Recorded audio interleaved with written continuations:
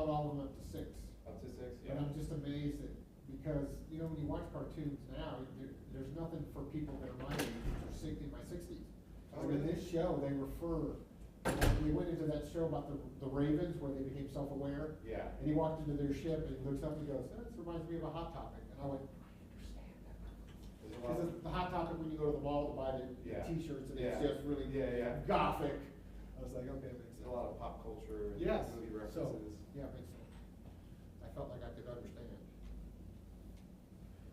Hey, is this thing in the grid? Because it's not showing up on my live view.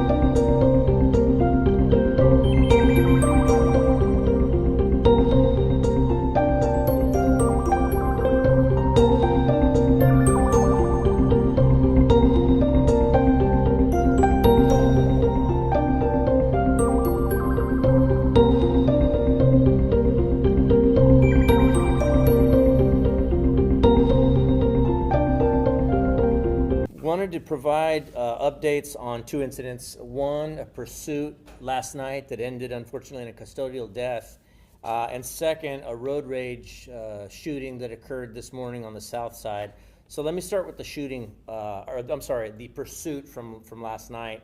Last night, one of our gang unit deputies was patrolling the eastern side of Bexar County as part of our violent crimes task force that's ongoing due to an uptick in violent activity in the area. She physically heard gunshots coming from an area off of Walsham and Montgomery. Around that same time, I believe SAPD was responding to an actual shooting with hits in that same area. The gang unit deputy, having heard the gunshots and then seeing a vehicle fleeing the area at a high rate of speed, attempted to make a traffic stop on that vehicle. She called out that she was making a stop.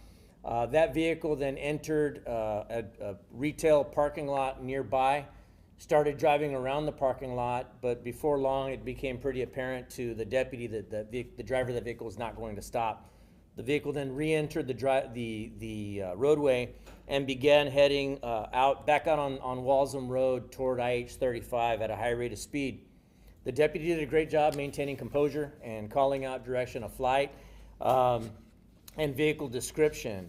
At the intersection of 35 and Walsham, that vehicle lost control, collided with a light pole.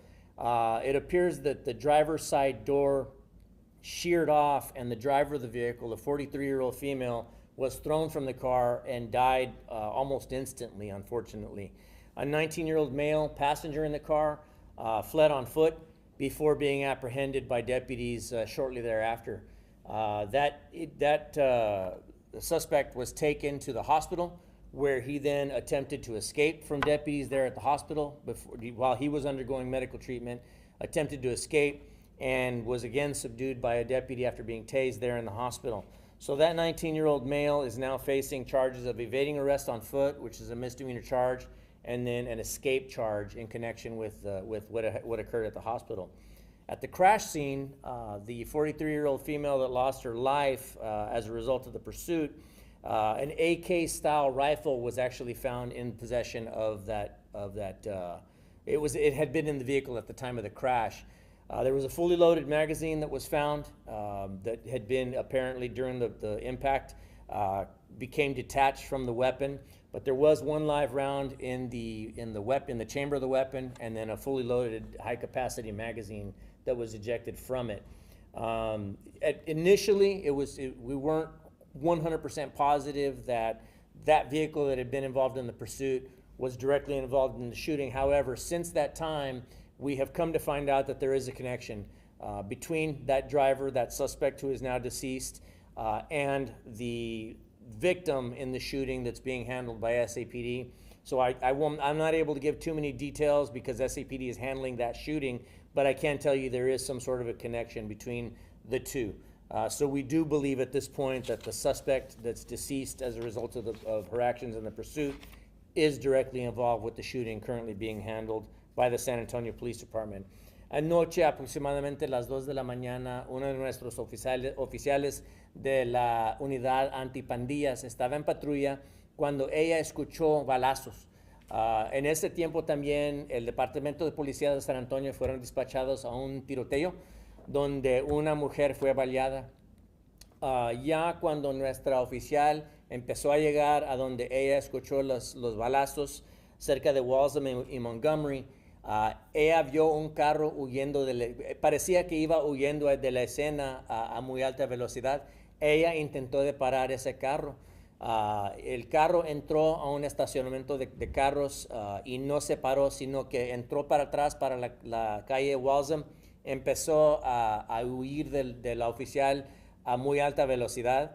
La oficial puso por el radio que estaba persiguiendo este sospechoso o sospechosa en este carro, y desafortunadamente ese carro se estrelló con un poste de luz en Walsham y 35. La mujer, la chofer del carro, fue aventada del carro y falleció ahí en la escena de los hechos. La mujer tenía 43 años de edad. un hombre de 19 años de edad huyó del carro a pie. Los oficiales lo pescaron. Fue llevado al hospital donde él empezó a pelear con los oficiales, intentó de escaparse, pero los oficiales con una pistola electrónica sí lo tumbaron otra vez, lo arrestaron otra vez.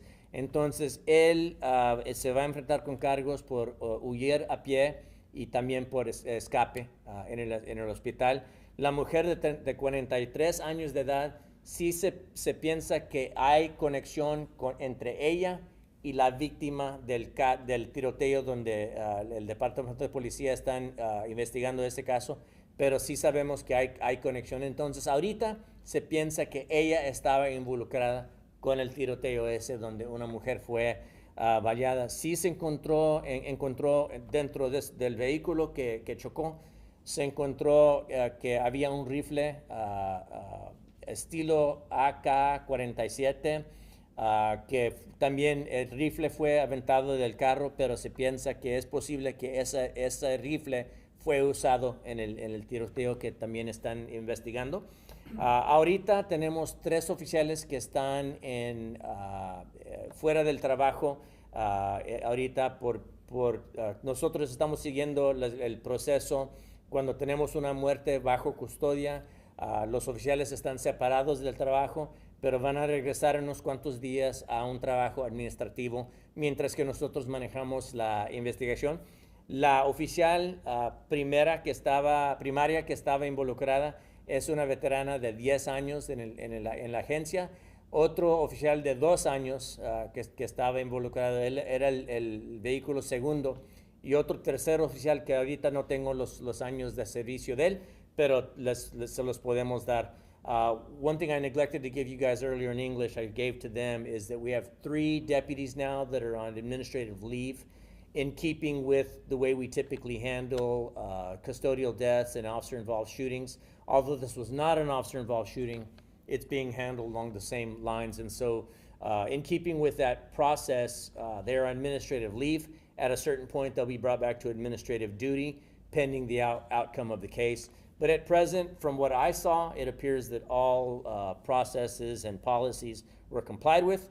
But unfortunately, the suspect's actions are what led to her death and what brings us here today. Are there any questions for me? Does the arrested suspect have a criminal history and name?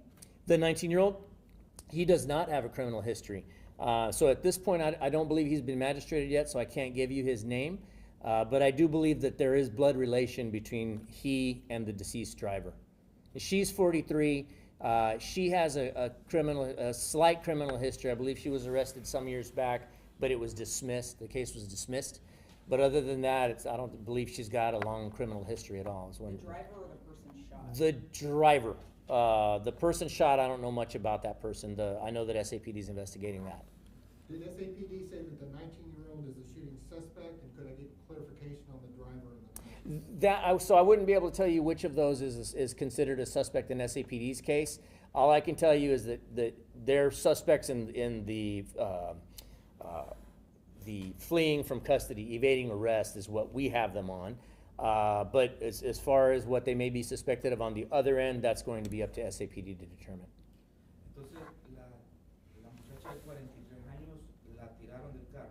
Ella fue aventada del carro, era la chofer. La puerta de ella se arrancó del carro cuando se estrelló con el poste, fue aventada del carro, no sabemos si tenía cinturón puesto, pero fue aventada del carro y desafortunadamente ella falleció ahí en la escena. Ella era la que manejaba. Ella era la chofer. Y el de 19 años es el que resistió primero a... Sí, era el pasajero de él era el pasajero de enfrente, pero ya cuando el carro paró, él se salió del carro y intentó de huir a pie, pero los oficiales lo pescaron bien pronto. ¿Está recuperándose en el hospital? Ahorita no sé si él todavía está en el hospital o si ya lo trajeron para atrás, para acá, pero ahorita no puedo dar el nombre de él porque no he visto el juez todavía. Entonces ya después de ser magistrado con el juez, ya después podemos dar el nombre de él. Pero pensamos ahorita que ellos dos están relacionados, son parientes. Yo pienso que el pasajero y la chofer son parientes. ¿Y están relacionados con el tiroteo? Ellos tienen algo que ver nosotros ahorita pensamos que ellos tenían algo que ver con el tiroteo donde la mujer fue baleada, pero el departamento de policía, ellos se tienen que encargar poder averiguar qué parte ellos tuvieron en ese tiroteo. If the 43-year-old had a criminal history, do you know why she was out of jail?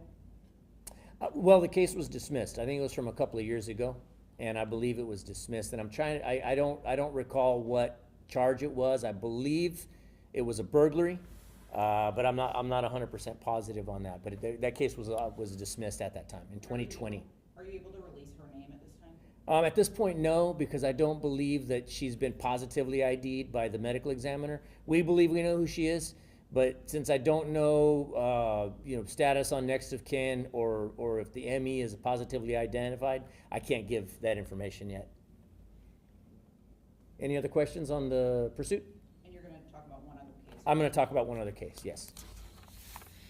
This morning about 9 a.m., our deputies received a call for a shooting in South Bexar County near Southside High School. Now, let me start by saying the school had nothing to do with the shooting. There was no involvement with the school. The school did go under temporary lockdown. I believe there was activities going on there. So they did a great job of shutting it down, but my understanding is that there was never a threat to the school. It was just because of the police action in close proximity to the school that prompted them to put it on lockdown. But what it appears that this morning, two vehicles were southbound on Roosevelt Avenue, and for some reason there was some sort of a traffic altercation. They started chasing each other. During that pursuit, who were considering the suspect in this case, a person in a black Chevrolet SUV is all we have at this point, brandished a weapon toward the other vehicle. The black SUV that was continuing to chase the victim, who we consider to be the victim in this case, they were chasing, the black SUV was chasing the victim vehicle southbound on Roosevelt. At a certain point, that victim vehicle struck a third vehicle who, not knowing what was going on, just realized that he'd been sideswiped, then also began engaging in the pursuit. So now we have three vehicles heading south on Roosevelt, chasing each other for various reasons. At a certain point, the three vehicles came to a stop. The third vehicle that was struck confronted the person that sideswiped him, and then I guess they started talking about what had occurred with what led to the pursuit and the crash. When the suspect, the black SUV, approached both, physically shot the victim of the shooting. So in other words, the second vehicle that had been originally involved was shot. He suffered a non-life-threatening wound. My understanding is it's soft tissue damage. That suspect then re-entered his vehicle and fled the scene.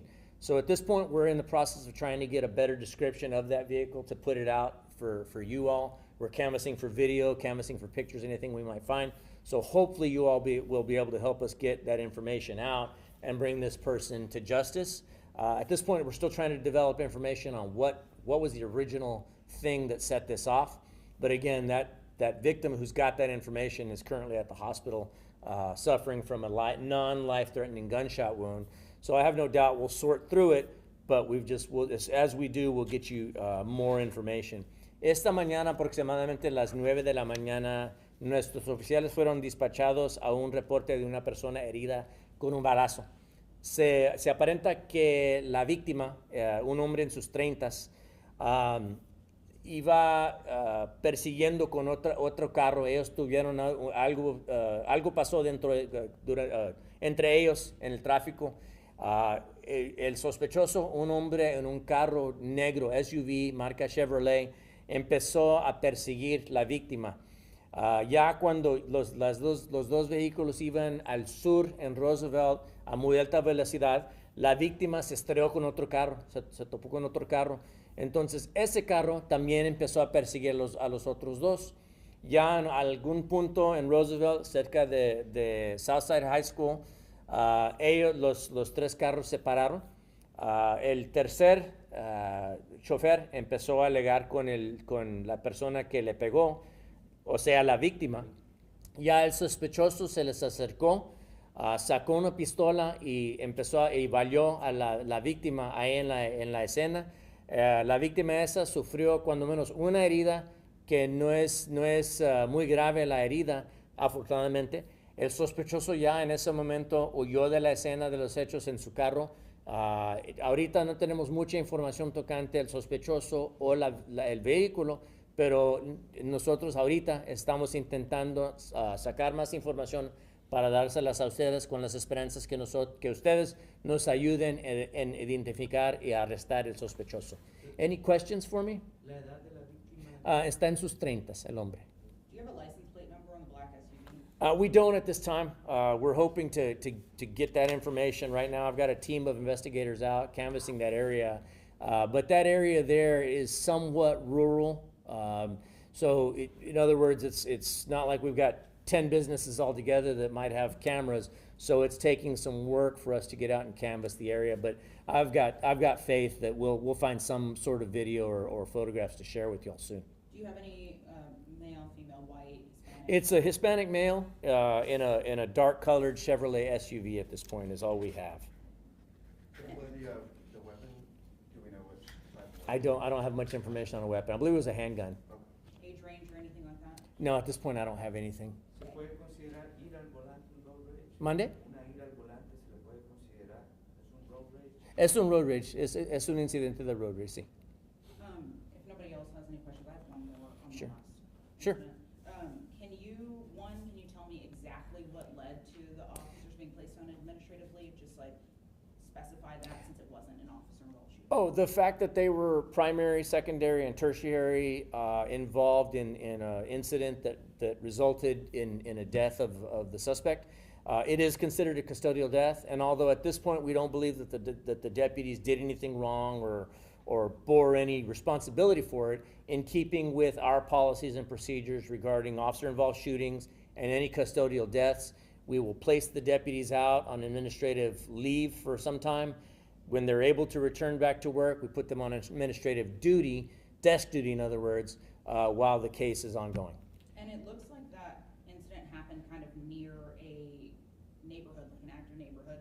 Were there any stray bullets found in any other homes or anything like that? That you probably, SAPD would be the ones to be able to talk about that. I don't have much information. I don't know anything about the victim in their case, but as far as any stray bullets, I don't know. So, en parte del protocolo, cuando sucede una muerte, es darle baja administrativa a las personas, a los oficiales que estaban. Sí, Parte de eso. cuando tenemos un caso cuando un oficial le tira a una persona o tenemos una muerte bajo custodia, nosotros tenemos la póliza donde separamos los oficiales del trabajo administrativamente, los ponemos fuera del trabajo por un tiempo. Ya cuando ellos estén, nosotros tenemos que asegurar que están buenos de su salud mental, obviamente pasando por un incidente así, tan críticamente. Nosotros ya cuando ellos estén listos para regresar al trabajo, los ponemos en trabajo administrativo por un tiempo mientras que trabaje la investigación. Ya cuando estamos satisfechos nosotros que todo estuvo hecho bien, ya los ponemos para atrás para el trabajo.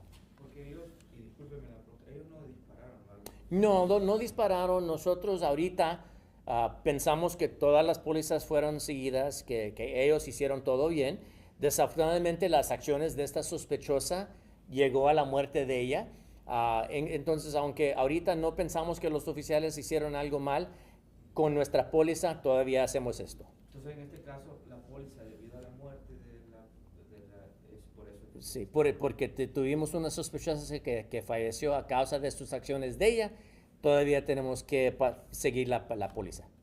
A continuous conversation's been happening with the recent situation involving the deceased Brandon Poulos, who shot the 7 SAPD officers. Can you speak on why Poulos was not in jail at the time of the Wednesday shooting? So I don't know very many specifics on his case, but my understanding is that he bonded out, and just like anybody else is due, he was able to bond out and got out on his charges. My understanding is that it was misdemeanor charges that he was there on. I don't know what the bond was, but everybody's entitled to a bond on any given case, and I believe that's what occurred here. There were several charges and active warrants out, so if you could just speak to that at all, just about safety for the community. Well, I certainly don't. I don't have very many specifics on the case, and being that it's an SAPD case, I can't talk too much with regard to specifics. But what I can tell you is that, anytime anybody's booked into the Bexar County Jail, do I always agree with somebody being able to get out? Well, no, but that's not for the sheriff's office to say. If they get a bond, a judge decides what that bond is, and if they're able to make that bond, then they're out when they, once their family posts the bond and they're able to get out. Whether we agree with it or not, that's the justice system that we work within. And can you just speak to safety in general? I mean, the 43-year-old woman in this case had a criminal history. Just should the community feel safe? Well, I mean, look, I think that at any given time, we're driving around in traffic, we're doing, going around our daily business. Just know that at any given time, you're around people that have a criminal history. You're around people that are out on bond for various charges. Ultimately, I don't know much about the suspect in this case, in the road rage shooting, but, I bet money that when we find him, if and when we find him, he's probably going to have a criminal history of some sort. Just know that there are people out there that have very little regard for human life. They're not like you or I that care about human life. So if you find yourself in a road rage type situation, it's better to just turn the other cheek and go the other way. This business of exchanging hand gestures or even raising your arms in frustration at somebody could be construed as threatening in nature, and it may be just what provokes somebody to take violent action on you. So just know that at any given time, there's people like that out there. Not to mention, there's a lot of people that are armed out there, legally and illegally, and it's just best to go the other way, avoid the confrontation, and not end up in a situation like what we have today. And can we expect names or anything like that today? Any other details? That's the hope. Are you talking about, which case are you talking about on? All of them. Okay, all of them. Well, with regard to the custodial death, we're waiting on the medical examiner to make positive identification on that person. Although we believe we know who she is, the ME's got to tell us. Once we get that, and once her next of kin is notified, absolutely we'll release her name. The young man, the 19-year-old, once he is magistrated, absolutely we'll release his name. The victim in the case of the shooting, I don't know that, let me back up. The victim of SAPD's shooting, SAPD will have to give that name. That we're not going to be at liberty to discuss that one. On the road rage shooting, we'll give you whatever information we can. Again, I don't know that we'll be able to catch this person without you all helping us get the information out there. So you can bet as soon as we get license plate, vehicle description, photos or video, if we can find it, we will absolutely send that to your desks. What about a drawing, like the, I'm sorry. Composite? I don't, if whatever it takes that we can get, I'd rather have an actual photograph of this guy doing what it is that he did. So it'd be great if somebody stopped and took a cell phone video or something. Please call us. The number to call is 210-335-6000. But sure, if it comes to the point where we have to do some sort of a composite sketch, we'll do that if we need to. In the road rage incident, just for clarity, the driver of the second vehicle, not the SUV, was the only person who was shot or injured? Yes, the second vehicle was the victim. Okay, and nobody else injured in that case, as far as we know? No, my understanding is that the collision did not result in any injuries. I'll double check that to make sure, but the collision didn't result in any injuries that I know of, and the shooting occurred after the vehicles came to a stop. I believe a weapon had been brandished before that part, which is why I believe that victim was fleeing from the suspect. But then when they came to a stop after the collision is when the suspect then took advantage of that situation and shot the victim. And this may not be known yet, but they were at a stop. Were they at a stoplight that maybe had cameras at the intersection? Or just... I don't know where they stopped. I just know it was somewhere in the vicinity of the school, so the school went into lockdown. But again, hopefully we'll know more as the day progresses. It's still just a couple hours since it happened, and I've got investigators out there canvassing the area now. Entonces, el de SAPD con el de aquí es en la madrugada y el de la mañana es totalmente diferente. Sí, son dos diferentes incidentes, pero ya que estamos aquí dando información, el tiroteo, la mujer baleada pasó aproximadamente a las 2 de la mañana. Este incidente pasó aproximadamente a las 9 de la mañana. ¿Podría hablar sobre un caso sobre los tráfico humano de algo diferente que se ve esta semana sobre Abelardo Herrera? De Abelardo era, puedo juntarme con mi oficial por un ratito para sacar unos detalles y luego ya me regreso. Okay. He was actually asking me about information on a human smuggling case that we worked on as well. If I can just leave and get some details on that, I'll come back and I'll talk about that as well. If any of y'all want to stick around for it, feel free. I'll be right back. If not, thank you for coming in for this one. But I'll be back here shortly if y'all want to talk about the human smuggling. Thank you.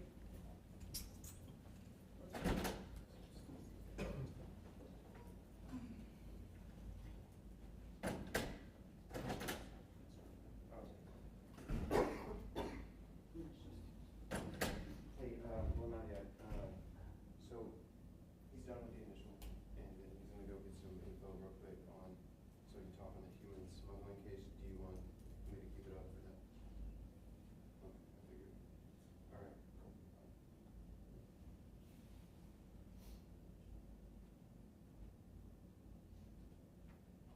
So you want the BCSO? Yeah. I think I'm talking about putting online. See where I was like, for some reason they put me in jail. Didn't. I just want to, like, I know that that's gonna be like, it's kind of like, you gotta get through that to even get to the actual, like. Oh, working in jail? Yeah, you have to go there first. I think it's like a year, but it can vary depending on how much they need you for your specific like job that you're gonna do. I don't know if you have to do it anymore. Cause we did a story, when I was there with Stephanie, we went to interview Johnny, and he was saying that they no longer have to spend a year in the jail. That's what I've heard for, Oh, yeah. That's just like the policy. But yeah, man, you should do it. Sí, sí. Ok. I think. Sí, sí, sí, no, no te lo podía dar porque estaba hablando más bien. Hay relación, pero hay que preguntarle un poquito a ese que si hay relación o que nos digan que si hay relación con la de Bexar. Because I know sheriff cells are, you know, feel more comfortable, I know some people. Yeah, Johnny and Déjame leer lo del smoking para ver qué le puedo preguntar a Chelo.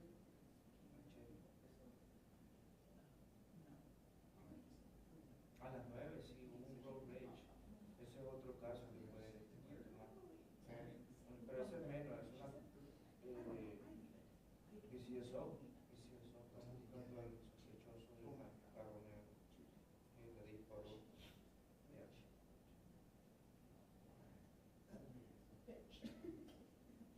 Priscilla's the one that said, oh.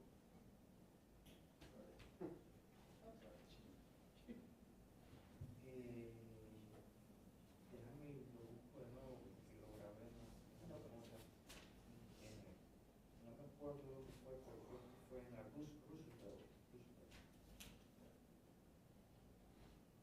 No, no está involucrado, simplemente ocurrió cerca, entonces tuvieron que.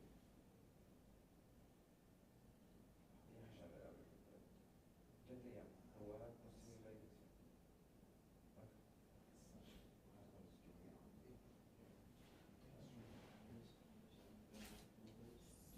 Oh, if there wasn't, it was near the school, there wasn't one. Yeah.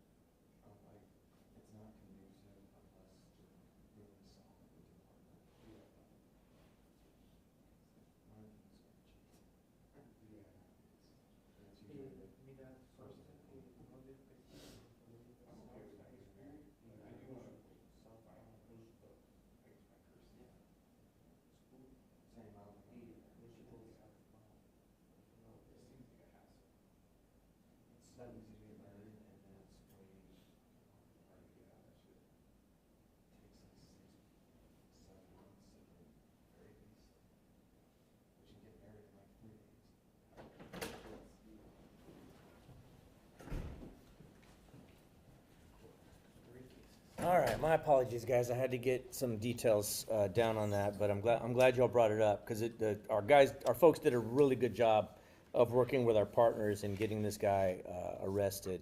Again, the suspect in this case is 30 years old, Abelardo Herrera. He's from Laredo, Texas.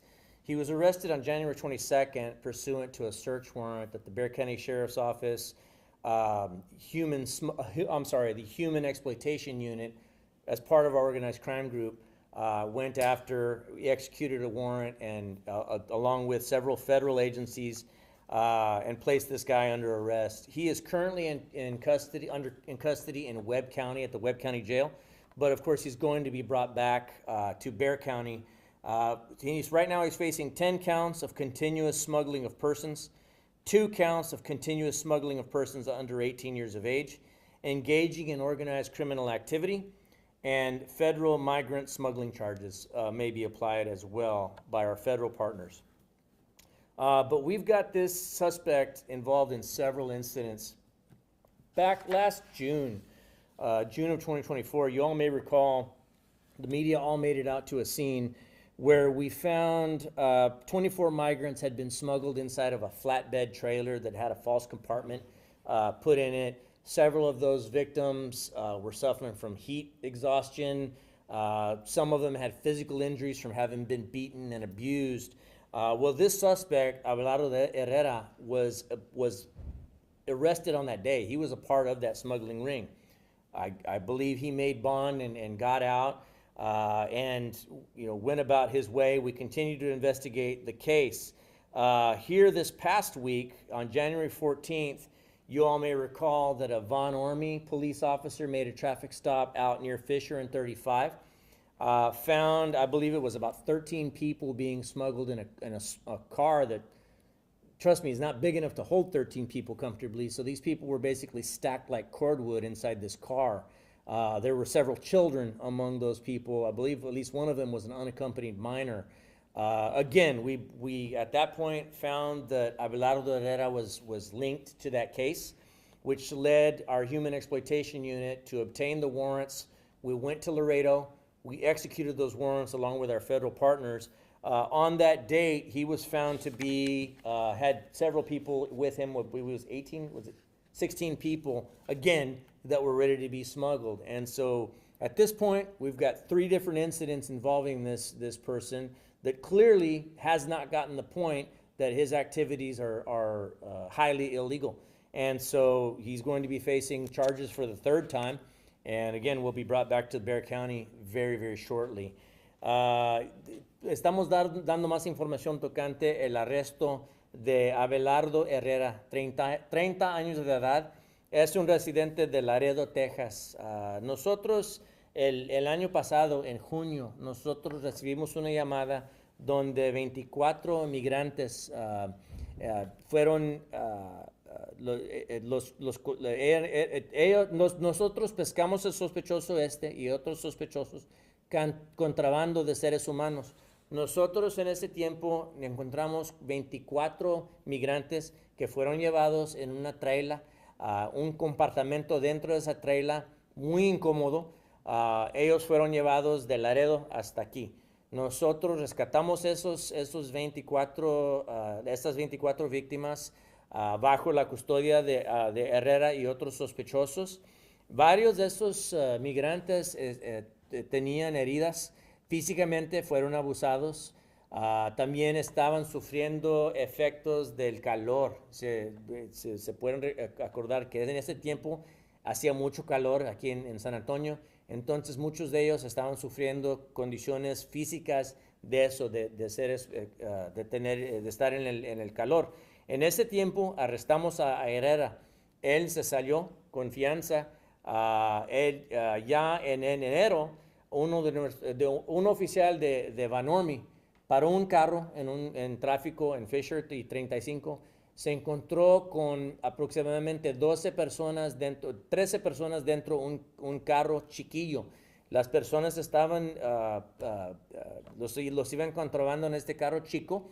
Había varios niños en el carro ese con los adultos. También nosotros encontramos que Abelardo Herrera estaba involucrado con ese caso también. Entonces ya nuestra unidad de antipandillas sacaron orden de cateo. Nosotros fuimos para Laredo acompañados con nuestros socios federales. Arrestamos a Abelardo Herrera ahorita. Él está en el condado de Webb, en la cárcel de ellos, pero lo vamos a traer para acá. En ese día fue encontrado con 16 víctimas de contrabando de seres humanos. Entonces ahorita tenemos más que 50 víctimas que este sospechoso como coyote iba pasando a estas personas en condiciones peligrosas, y él se va a enfrentar con otros adicionales cargos ya cuando llegue para acá, para atrás al condado de Bexar. Me acuerdo que estaba en una casa muy abandonada, ¿verdad? Que no había aire, estaba todo feo. Exactamente, era una casa fea, sin ventanas, y los tenían a fuerza ahí, aunque varios de ellos estaban teniendo problemas físicos de las condiciones, y varios de ellos también tenían heridas por ser abusados. De hecho, había una guatemalteca que dijo que había pagado hasta $30,000 aproximadamente por... Sí, muchas de estas personas habían pagado mucho dinero, y desafortunadamente llegaron a ese punto donde estas personas, como hacen los coyotes, los pusieron en peligro, a riesgo de vida, y abusaron de ellos, y luego ya desafortunadamente llegaron aquí. Y ahorita no sé el estatus de estas personas. Las agencias federales se encargaron, pero nosotros nos encargamos de comprarles comida, darles agua, darles primeros auxilios, y ya de allí, desafortunadamente, pues no sé qué pasó con esas personas, pero de allí nosotros obviamente tenemos que arrestar a las personas responsables de ponerlos a riesgo, y Abelardo Herrera es una de esas personas. 10 counts of smuggling, 2 underage. Can you clarify if that's 12 charges? How many people were there? Well, so all in all 3 incidents involved, we got about 52 victims of this guy's smuggling activities. 24 on the first case back in June, 13, I believe, on the Von Ormy case, and then my understanding is it was 16 on this latest one.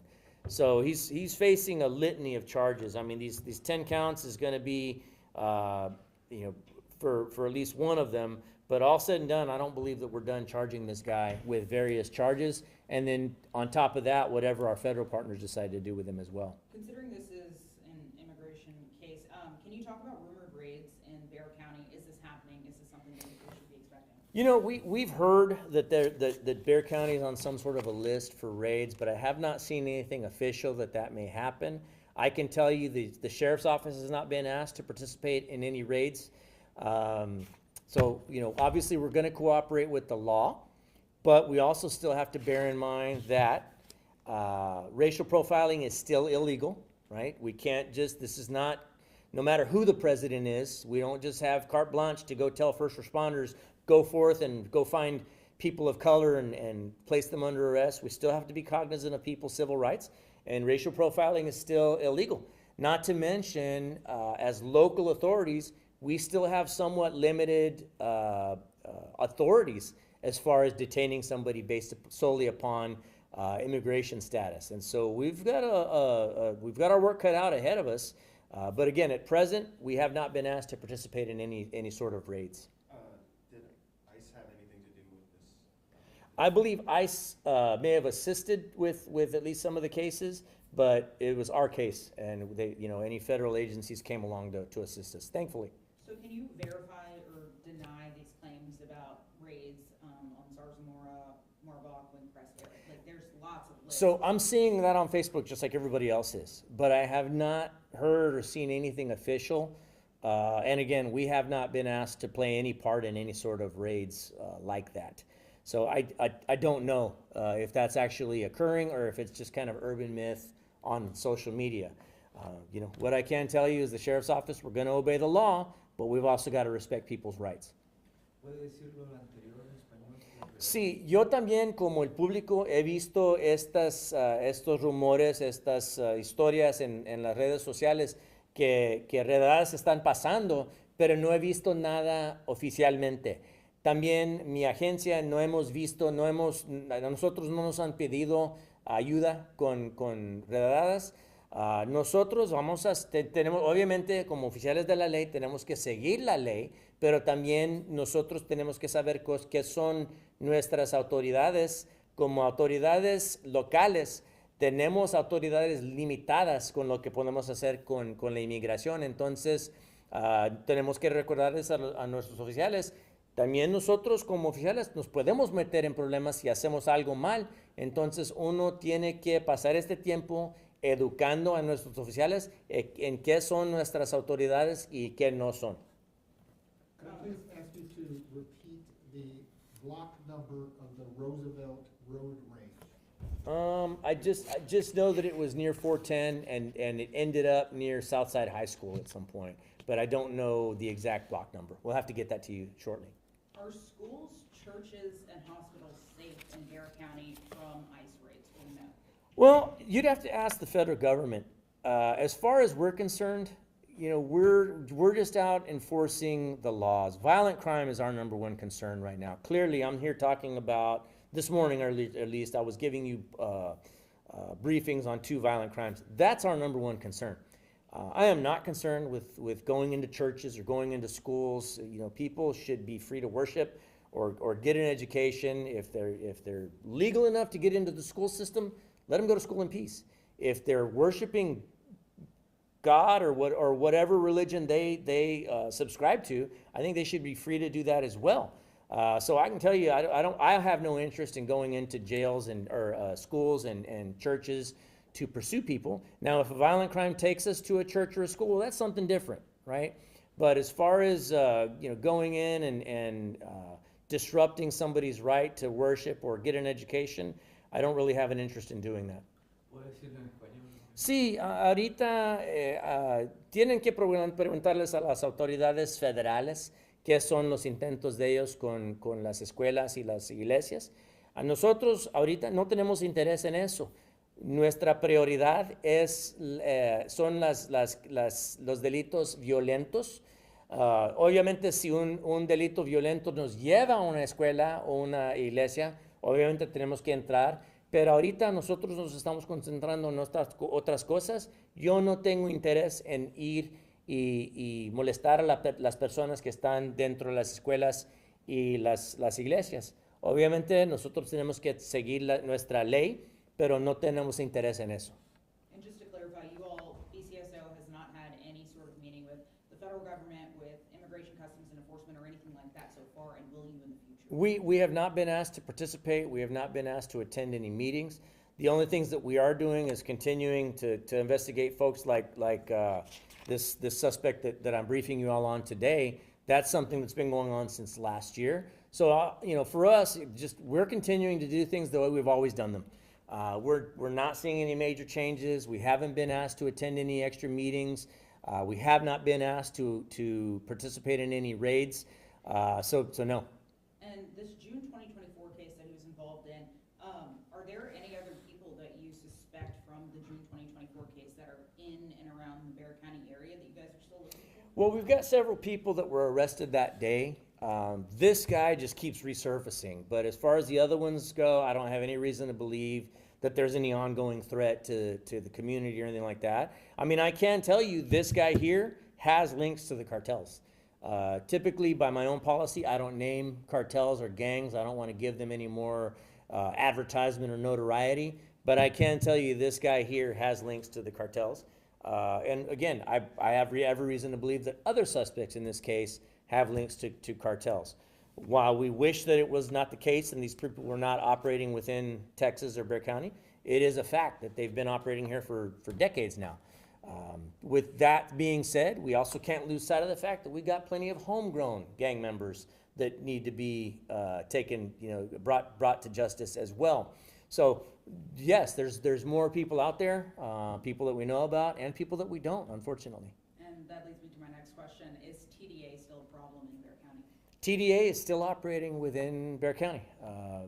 Are they somebody that we run into every day, all day long? Well, no. We're much more likely to run into some of our domestic gang members here locally, But absolutely, TDA and any other drug trafficking organization, human trafficking organization, they're always a cause for concern. So, Abelardo Herrera tiene vínculos con el cartel. Él sí está involucrado con los carteles. Yo por mi póliza nunca doy los nombres de las pandillas o los carteles por no darles más ánimo a ellos, pero sí se sabe que este sospechoso está involucrado con los carteles y los otros que también estuvieron involucrados en estos casos también están involucrados con los carteles. Y Tren de Aragua todavía. Tren de Aragua todavía, nosotros nos estamos concentrando en eso, tanto como las pandillas americanas que nosotros tenemos a diario. Nos estamos fijando en todos, nos estamos trabajando en todos. All right, thank you. Thank you guys. Thank you.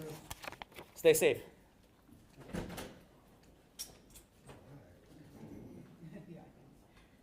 Thank you for your excellent questions. No problem.